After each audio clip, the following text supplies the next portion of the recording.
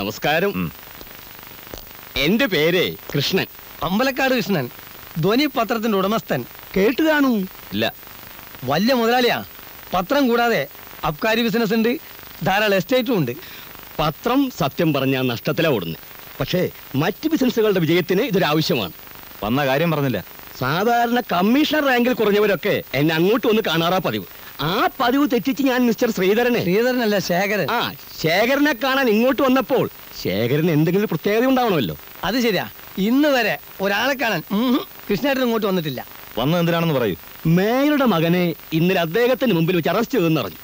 ഈ ചങ്കൂറ്റം സമ്മതിക്കാതിരിക്കാൻ പറ്റില്ല. ഒന്ന് നേരിട്ട് അഭിനന്ദിക്കാനാണ് ഞാൻ വന്നത്.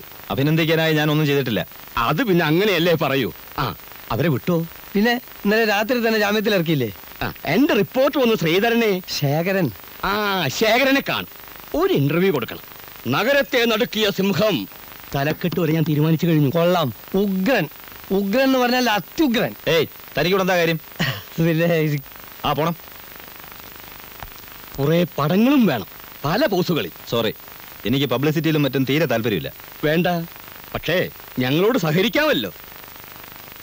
എങ്ങനെ? ഇന്നലത്തെ സംഭവം പോലെ സെൻസേഷണൽ ആയിട്ടുള്ള കാര്യങ്ങൾ നടത്തുമ്പോൾ ആദ്യം ഞങ്ങൾ വിവരറിയിക്കും. പകരം തിരിച്ചെലവ് ഉപകാരങ്ങൾ എനിക്കും ചെയ്യാൻ സാധിക്കും. അപ്പൊ വേറെ വിശേഷമൊന്നുമില്ലല്ലോ. എനിക്ക് ഒരുപാട് ജോലികളുണ്ട്. ഞാൻ സംസാരിച്ച് തീർന്നില്ല. എനിക്ക് കേട്ടിരിക്കാൻ സമയമില്ല. അമ്പലക്കാട് കൃഷ്ണനോട് ആരും ഇതുവരെ ഇങ്ങനെ പെരുമാറിയിട്ടില്ല. നന്നായി. ആദ്യമായിട്ട് ഇങ്ങനെ പെരുമാറിയതിന്റെ credit എനിക്കായിക്കോട്ടെ.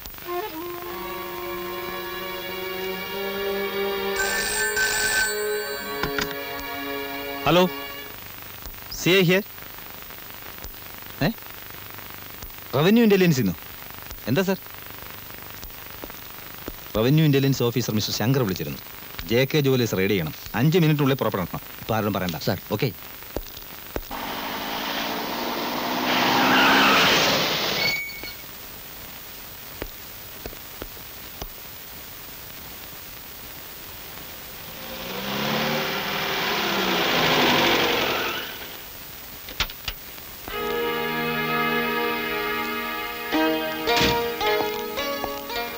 I am Shankar. Come on.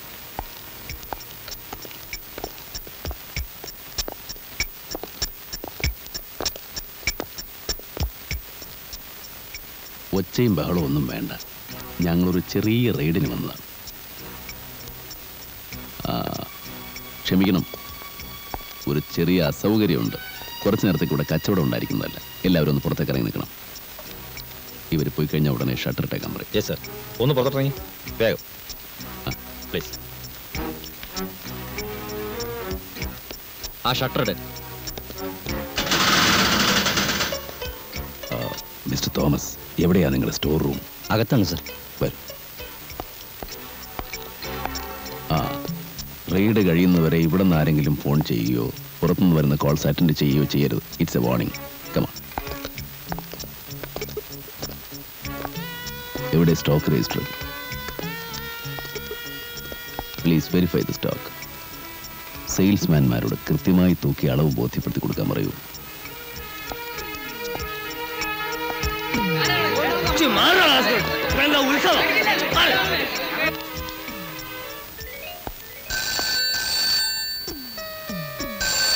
ആരാണെങ്കിലും റോങ് നമ്പർ ആണെന്ന് പറയൂ. Hello, wrong number.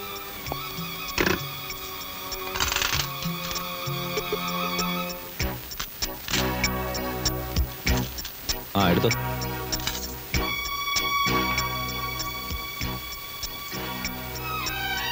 കണക്കിൽപ്പെടാത്ത സ്വർണ്ണമെല്ലാം ലിസ്റ്റ് എടുത്ത് സീൽ ചെയ്ത് എന്റെ കാറിൽ കൊണ്ടുവയ്ക്കണം. Shekhar, thank you very much for your cooperation. ഇയാളെ ഇങ്ങോട്ട് നേരെ എന്റെ ഓഫീസിലേക്ക് വരും. Yes sir. സാധനം എടുത്തോളൂ.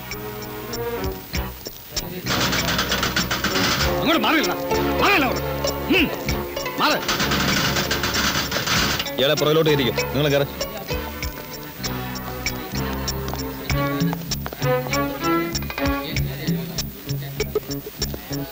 ആ ജീപ്പ് സ്റ്റേഷനിലേക്ക് പോട്ടെ. കയറിയോ കയറിയോ.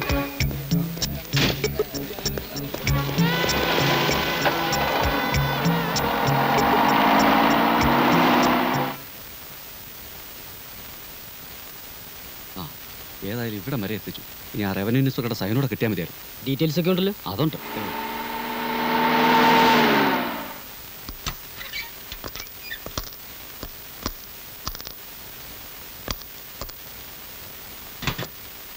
അതുണ്ടല്ലോ. എത്തിയിട്ടില്ല, ഇപ്പൊ വരും. സാറിരിക്കെ.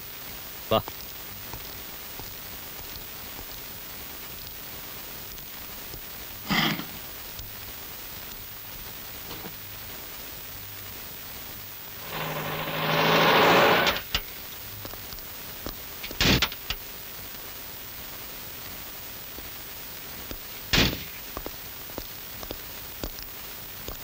Yes, revenue intelligence officer mister Shankar. ഞാനാണ്. എന്താ വേണ്ടത്? അല്ല, ഇവിടെ വേറെ ശങ്കർ? നോ, ആ പേരിൽ ഇവിടെ ഞാൻ മാത്രമേ ഉള്ളൂ. അപ്പോ സ്വർണ്ണക്കടയിൽ റെയ്ഡ് ചെയ്യാൻ വന്നത്? സ്വർണ്ണക്കടയോ? ആര് റെയ്ഡ് ചെയ്തു? What nonsense are you talking? വല്ല സ്വപ്നം കണ്ടതാണോ അതോ കെട്ടിച്ചമച്ചുണ്ടാക്കിയ കഥയോ?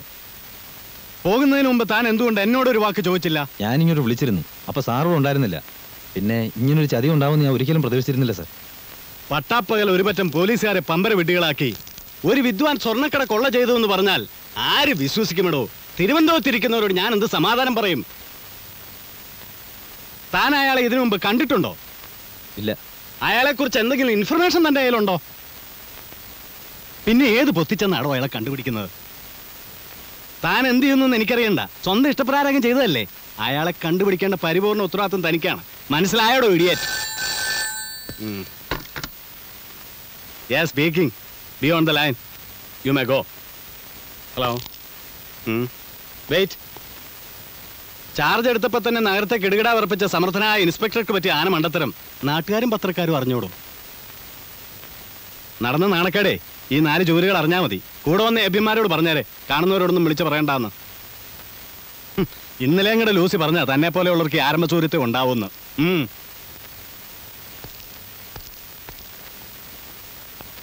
ഏതവനാടാ ഈ കടുവയെ പിടിച്ച് കിടുവ?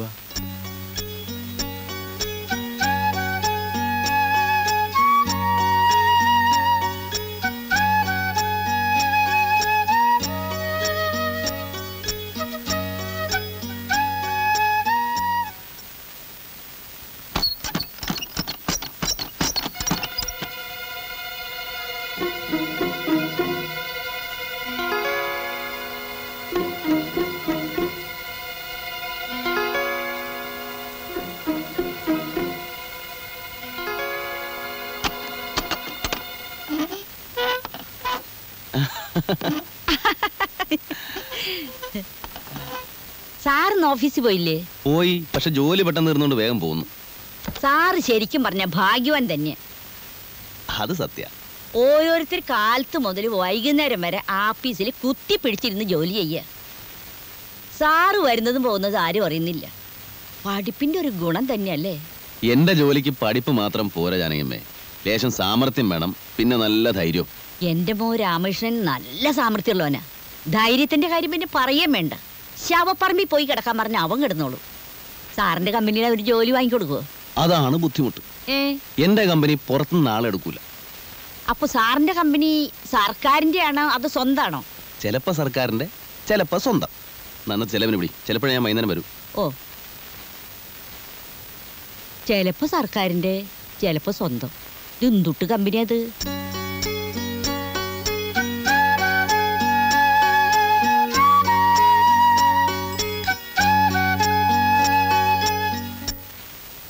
എന്റെ കർത്താവേ.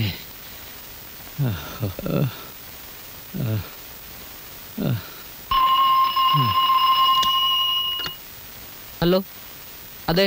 ആരായാലും എനിക്ക് തരണ്ട. നേരിട്ട് സംസാരിക്കണമെന്ന്. രഹസ്യം അത്ര. ഹലോ, ഞാനാണ് ശങ്കർ എന്ന പേരിൽ രാവിലെ റെയ്ഡിന് വന്നല്ലേ, റവന്യൂ ഇന്റലിജൻസ് ഓഫീസർ. എടാ ദ്രോഹി, നീ എത്ര ലക്ഷം രൂപയുടെ മുതലാടാ കൊണ്ടുപോയത്? നിന്നെ ഞാൻ പറയുന്നത് കേക്ക്. വെറുതെ ബഹളം വെച്ച് ബീപ്പ് കൂട്ടിയിട്ട് എന്താ കാര്യം? പോയ സ്വർണം പോയിക്കോട്ടെന്ന് കരുതി മിണ്ടാതിരിക്കുന്ന തോമസിന് നല്ലത്. അത് പള്ളി പറഞ്ഞാൽ മതിയടാ. നിന്നെ കണ്ടുപിടിച്ച് ജയിലിനകത്താക്കിയില്ലെങ്കിൽ എന്റെ പേര് തോമസ് എന്നല്ല. പേര് മാറ്റാൻ ഇപ്പൊ വലിയ ബുദ്ധിമുട്ടൊന്നുമില്ല. ഗസറ്റിൽ പരസ്യം ചെയ്താൽ മതി. അല്ലെങ്കിൽ തന്നെ ഈ തോമസ് എന്നുള്ള ഒരു പഴഞ്ചൻ പേരാ. പിന്നെ നഷ്ടപ്പെട്ടതിനെ കുറിച്ച് ഓർത്ത് ഇത്രയും ദുഃഖിക്കേണ്ട കാര്യമൊന്നുമില്ല. അധ്വാനിച്ച് സമ്പാദിച്ചൊന്നുമല്ലല്ലോ. 3 വർഷം മുമ്പ് ഒരു സ്വർണ്ണക്കടയിൽ സാധാരണ സെയിൽസ്മാൻ ആയിരുന്ന നിങ്ങൾ ഇന്ന് കോടീശ്വരനായത് എങ്ങനെയാണെന്ന് എനിക്കറിയാം. ആളുകളെ പറ്റിച്ചും സർക്കാരിനെ വഞ്ചിച്ചും ഉണ്ടാക്കിയതിന്റെ ഒരു അംശം വേറൊരു കള്ളം തട്ടിയെടുത്തു എന്ന് വിചാരിച്ചാൽ മതി. പരാതിയും കേസും ഒക്കെ ആയിട്ട് നീങ്ങാനാണ് ഭാവമെങ്കിൽ നിങ്ങൾ കുഴിച്ച കുഴി നിങ്ങൾ തന്നെ വീഴും. കള്ളക്കടത്ത് സ്വർണം വാങ്ങി സൂക്ഷിച്ചതിന് കൈകളിൽ വിലങ്ങ്, ഇൻകം ടാക്സുകാരെ പറ്റിച്ചതിന് ശിക്ഷ വേറെ, ഫയലുകളും യഥാർത്ഥ കണക്കെഴുതിയ ബുക്കുകളും ഒക്കെ ഞാനിഞ്ഞ് കൊണ്ടുവന്നിട്ടുണ്ടല്ലോ. അത് ഉദ്യോഗസ്ഥന്മാർക്ക് അയച്ചു കൊടുക്കണോ അതോ? നിങ്ങൾ ആരാണ്? ഞാനോ? തന്നെ പോലെയുള്ള പെരിങ്കള്ളന്മാരെ പറ്റിക്കുന്ന ഒരു ചിന്നക്കള്ളൻ.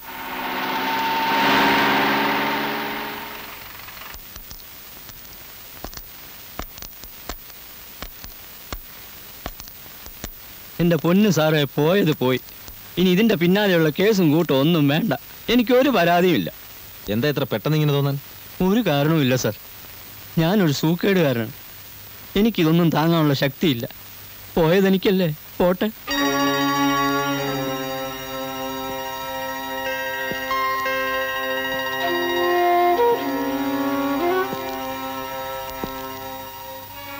പണ്ടൊരിക്കൽ സുലൈമാൻ സാറുള്ള കാലത്താന്ന് തോന്നുന്നു, ഇതുപോലൊരു വിദ്വാൻ ഏതോ രാഷ്ട്രീയ പാർട്ടിയുടെ തെരഞ്ഞെടുപ്പ് ഫണ്ട് മൊത്തം അടിച്ചുകൊണ്ട് പോയതായി കേട്ടിട്ടുണ്ട്. എന്നിട്ട്? പക്ഷെ അന്നത് കേസായില്ല. അതുകൊണ്ട് അന്വേഷണം ഉണ്ടായില്ല. അയാളെ പറ്റിയുള്ള വല്ല വിവരവും നമ്മുടെ റെക്കോർഡ്സിലുണ്ടോ? ഇല്ല സാർ. അതുപോലെ കസ്റ്റംസുകാരുടെ വേഷം ധരിച്ച് ഒരുത്തൻ കള്ളക്കടത്തുകാരെ പറ്റിച്ചതായും കേട്ടിട്ടുണ്ട്. പരാതിക്കാരില്ലാത്തതുകൊണ്ട് അതും കേസായില്ല. പരാതി ഇല്ലെങ്കിൽ ഇവിടെ അന്വേഷണം വേണ്ടല്ലോ.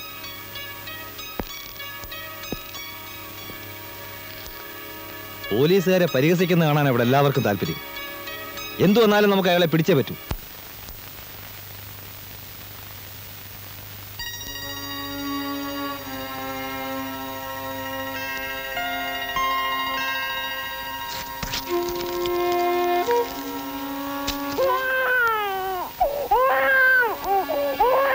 രമണി, ഇതിനെ നിർത്തോണ്ട് പോകുന്നുണ്ടോ?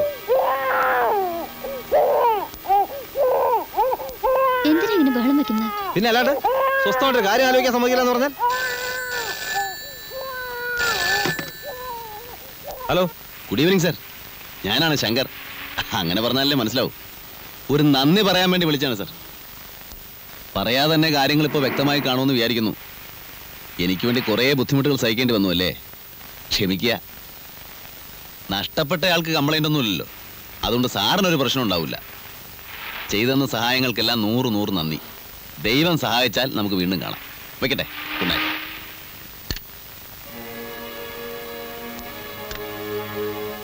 ആരാ വിളിച്ചത്? നീ ആ യൂണിഫോം എടുത്ത് വെച്ചേ.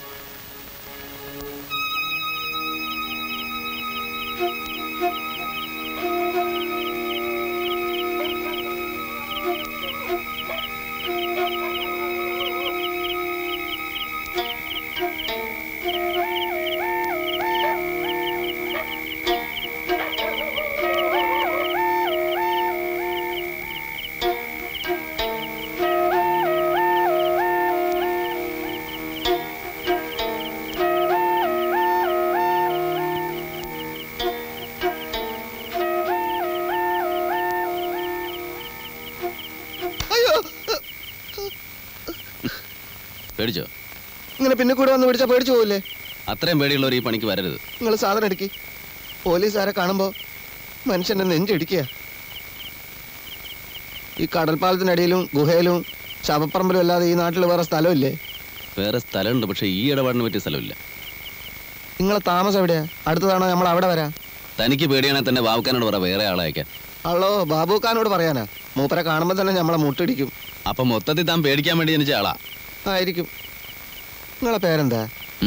എന്തിനാ ചോദിച്ചേ ഉള്ളൂ. പൊതിയിൽ സ്വർണ്ണായിരിക്കും അല്ലേ?